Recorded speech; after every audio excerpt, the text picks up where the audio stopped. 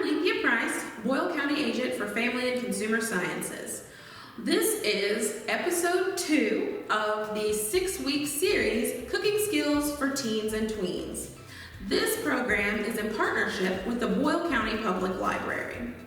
Each week, we will have a new video released on Facebook and YouTube on Thursdays at 4. Each week, we'll also have a kit that you can pick up at either the Boyle County Public Library or the Boyle County Extension Office that will include things related to that week's video. This week's lesson is on knife skills. So in your kit, you will receive a knife sharpener and some recipes and some publications to help you follow along with all the things that I'm going to demonstrate today. I want to encourage you to have supervision, so ask your grown-up to watch this video and practice these skills with you. All right, let's get started. A basic knife set has these 3 types of knives: a paring knife, a chef's knife, and a serrated knife. Each of these knives are great in their own regard. They are great for different types of jobs. For example, the paring knife, it's smaller, so it would be great to use on smaller fruits and vegetables, like hulling a strawberry, for example. The serrated knife is really great for slicing bread or tomatoes. You know, it's a little easier to slice a tomato with a serrated knife. My personal favorite that gets used quite often in the kitchen is the chef's knife. It's very versatile, multi-use. It's a larger blade, so you can do a variety of things with it as long as it's sharp. Let's look at some ways to cut some vegetables that we have got from the store. All right, first, let's talk about how to hold a knife. This publication is what we'll be talking from. So what you're gonna wanna do is take your chef's knife and you're gonna wanna take your thumb and index finger and hold here on the blade, up right by the handle. Then wrap your fingers around so that you have a good grip. It's often times that people will hold the knife back here because this is the handle, of course, and you want to hold it on the handle, but you don't have as much control when you're that far away from the blade. So I like the method of holding the end of the blade near the handle and having good control that way so that you can have a little bit more control of your knife while you're using it. And you'll want to use your knife in a stationary position, and you'll be using a rocking motion to chop or slice your fruits or vegetables. And the whole point is that your knife doesn't have to move. So you'll move the food towards the knife and keep the knife stationary using a rocking motion. Now, let's go over a few different ways to use your knife on some fruits and vegetables. So I'll be talking mostly from the How to Slice and Dice publication, which will also be in your kit. What we're gonna do, I've just got some celery here that I've already washed and cut the ends off. And I'm going to demonstrate how to slice crossways. Very similar to basic chopping, all about the same size pieces. Notice that my knife is staying stationary and I'm pushing the food towards the blade. Be sure to keep your fingers curled so that you don't cut them off.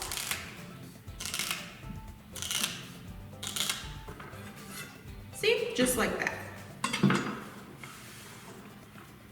Now I'm going to show you how to slice lengthways.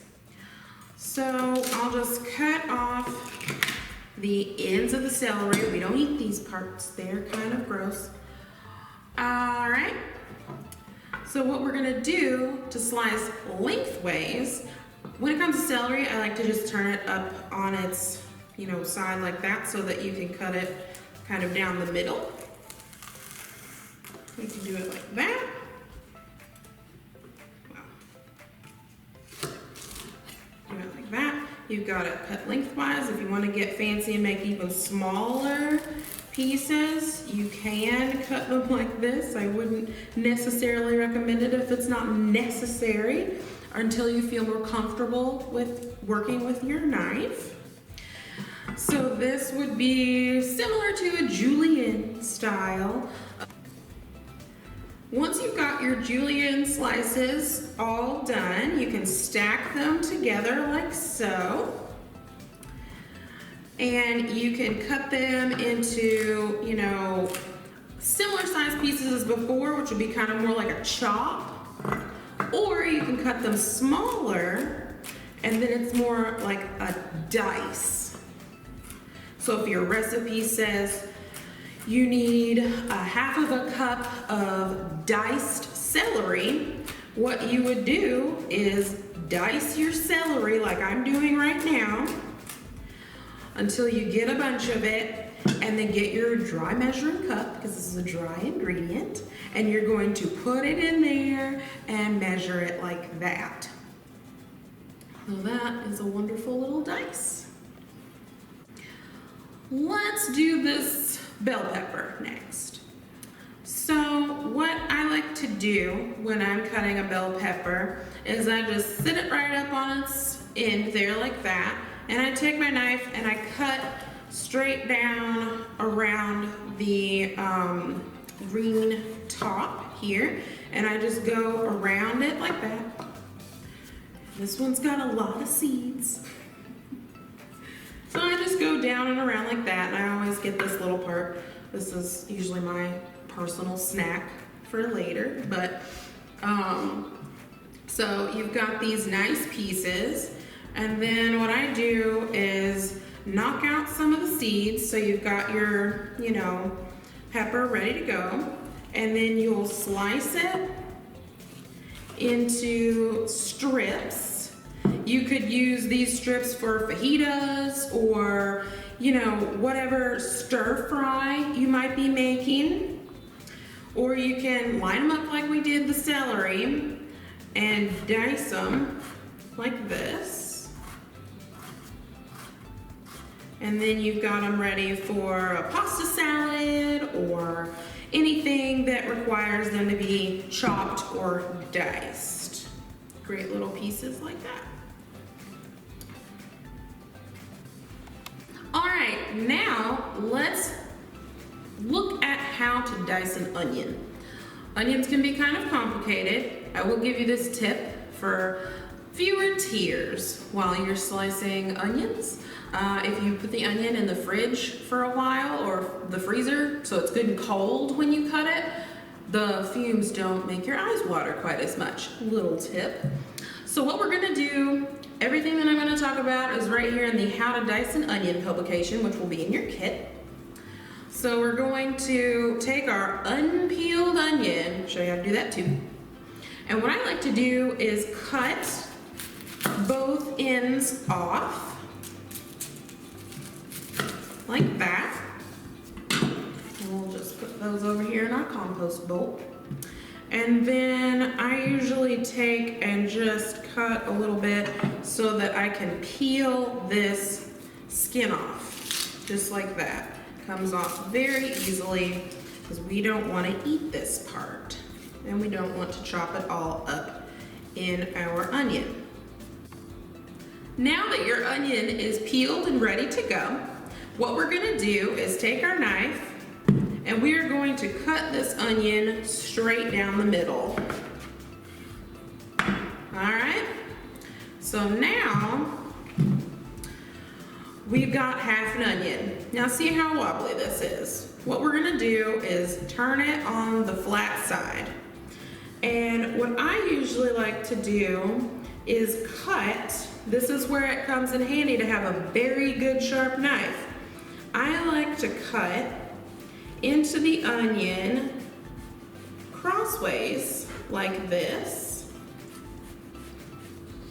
See?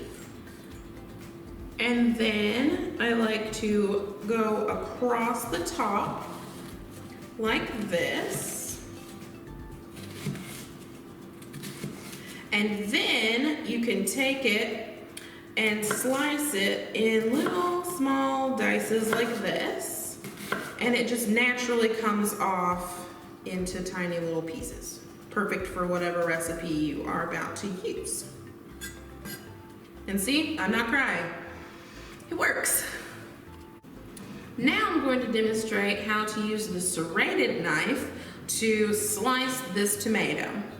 So tomatoes have a really delicate flesh, so the serrated knife is a little easier to cut them because the skin is hard, it's kind of tough to cut through. So a straight blade like this chef's knife could press on it a little bit and squish your tomato. You don't want to squish it like you don't want to squish bread when you're slicing it.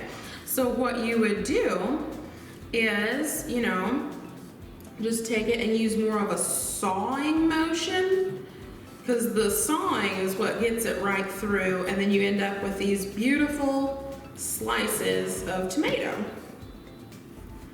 Just like that. Perfect. It's so much easier than using your chef knife.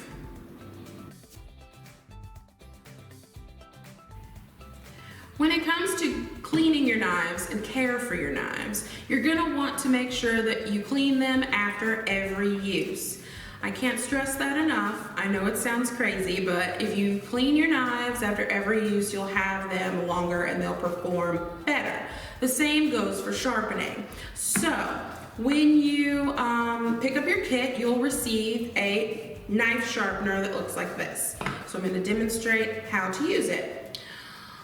I'll always remember, and I hope that this sticks with you, that the most dangerous tool in your kitchen is a dull knife. A dull knife doesn't do the job. You have to work a lot harder, use a lot more pressure to cut whatever you're trying to cut. So if your knife is good and sharp, it will easily and effortlessly cut through the food, and you won't have such a risk of cutting your hand by mistake. So what we're going to do is we've got our knife sharpener. It has a coarse side and a fine side. So I'm going to start with the coarse side, and I'll take the blade, we've got our little paring knife, and you just run it through there like you're slicing a tomato or a cucumber.